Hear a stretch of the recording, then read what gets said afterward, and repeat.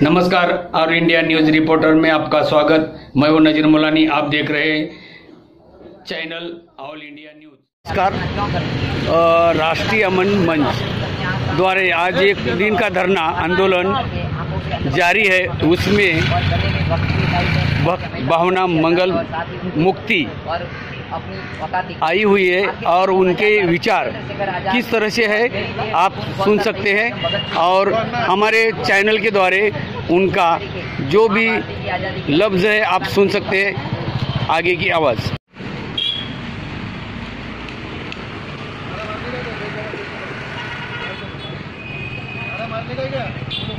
जय जवान जय किसान, जय जवान जय किसान, जय जवान जय किसान। आज के एक दिन धरना आंदोलन में आए हुए मेहमान जो भावना मंगल मुक्ति ये इनके विचार किस तरह से है ये कृषि बिल के बारे में ज़रा आप बता दीजिए। आपका ऑल इंडिया न्यूज़ में स्वागत है। नमस्कार साथियों, मैं भावना मंगल मुखी नाला सपरा मुंबई से। किसान आंदोलन को लेकर काफ़ी दिनों से मैं भी चिंतित भी हूँ और सोशल मीडिया पे बहुत सारी पोस्ट के माध्यम से मैं उसका नेतृत्व भी कर रही हूँ। बस मेरा मानना ये है कि देखो, कृषि बिल सही है या गलत है ये शोध का विषय है। जिन लोगों को समझ में नहीं आता है, हमने तो समझा ही है, लेकिन जिनको समझ में नहीं आता है वो उनको मैं समझने का टाइम देती हूँ। लेकिन बात यह है कि इस बिल को लागू करने का तरीका ही सही नहीं है। लोकतांत्रिक तरीके से इसको लागू किया ही नहीं गया है।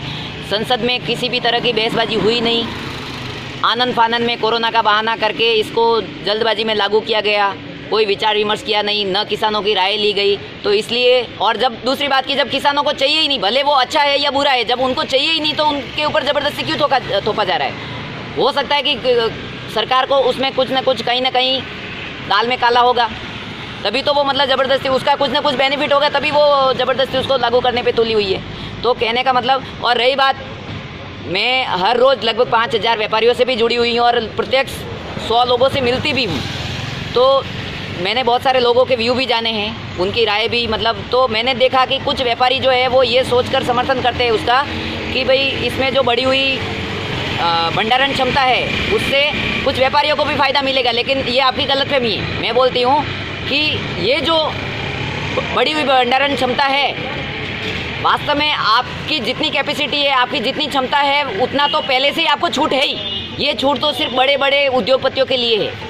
और रही बात, एक और बात कि आज से लगभग 10 या 15 साल पहले जो बड़े बड़े मॉल और बिग बाजार जब आए थे, तब भी यही तर्क दिया गया था कि लोगों को एक ही छत के नीचे एक साथ और सस्ते दाम में सारे सामान एक साथ मिल जाएंगे। लेकिन हकीकत बात यह है कि जब मैं आज व्यापारियों के बीच में जाती हूँ, तब बहुत सारे व्यापारी यही रोना रोते रहते हैं कि हमारे इलाके में एक मॉल खुल गया है जिसने हमारा कंपटीशन बढ़ गया है और अब हम धीरे धीरे दुकानें भी बंद करने की नौबत आ गई है। तो मित्रों, जैसा आपके लिए वो मॉल का सिस्टम खतरनाक है, वैसा ही ये बिल भी किसानों के लिए उतना ही खतरनाक है। इसको थोड़ा आप समझिए और किसानों की भावनाओं का सम्मान करते हुए आप भी अपना अमूल्य समर्थन इस आंदोलन को दीजिए। की तरफ से आज जो 26 दिसंबर को आज जो आंदोलन धरना प्रदर्शन किया जा रहा है वसई कोर्ट के सामने, उसमें मेरा भी और मेरी संपूर्ण किन्नर समाज की तरफ से भी मैं मेरा समर्थन करती। राष्ट्रीय अमन मंच वसई जो आज वसई कोर्ट के सामने अपना 26 दिसंबर 2020 को अपना किसान बिल विरोधी आंदोलन और धरना प्रदर्शन कर रहे हैं, उसमें मैं भावना मंगलमुखी अपने संपूर्ण किन्नर समाज की तरफ से अपना समर्थन देने का दावा करती हूँ। आज हम बात करते हैं मुन्ना भाई से कि राष्ट्रीय अमन मंच द्वारा जो धरना आंदोलन एक दिन का है उसको सपोर्ट कर रहे हैं, किस तरह से वो सपोर्ट कर रहे हैं ये बताएंगे मुन्ना भाई। अस्सलाम वालेकुम।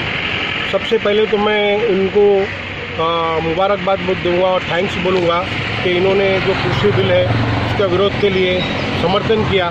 और कृषि बिल तो होना ही नहीं चाहिए। ये जो बिल है ये किसानों के लिए बहुत तकलीफ देने वाला बिल है। और राष्ट्रीय अमेंडमेंट इसका सपोर्ट कर रहा है और हम भी राष्ट्रीय अमेंडमेंट के साथ में इनको सपोर्ट कर रहे हैं। और राष्ट्रीय अमेंडमेंट इसके पहले भी बहुत से अच्छे उन्होंने काम किए। वो हमेशा कोई इसके पहले अजमेर की दरगाह का मसला हुआ था, तभी भी उन्होंने लेटर वगैरह पुलिस स्टेशन में दे के कंप्लेंट वगैरह की थी। और अभी अपन बिल की बात करते हैं, ये बिल जो ऐसा है ना कि ये बिल किसानों को बहुत तकलीफ़ देने वाला है। तो ये बिल के विरोध में हमारे कितने भाई लोग शहीद हो गए।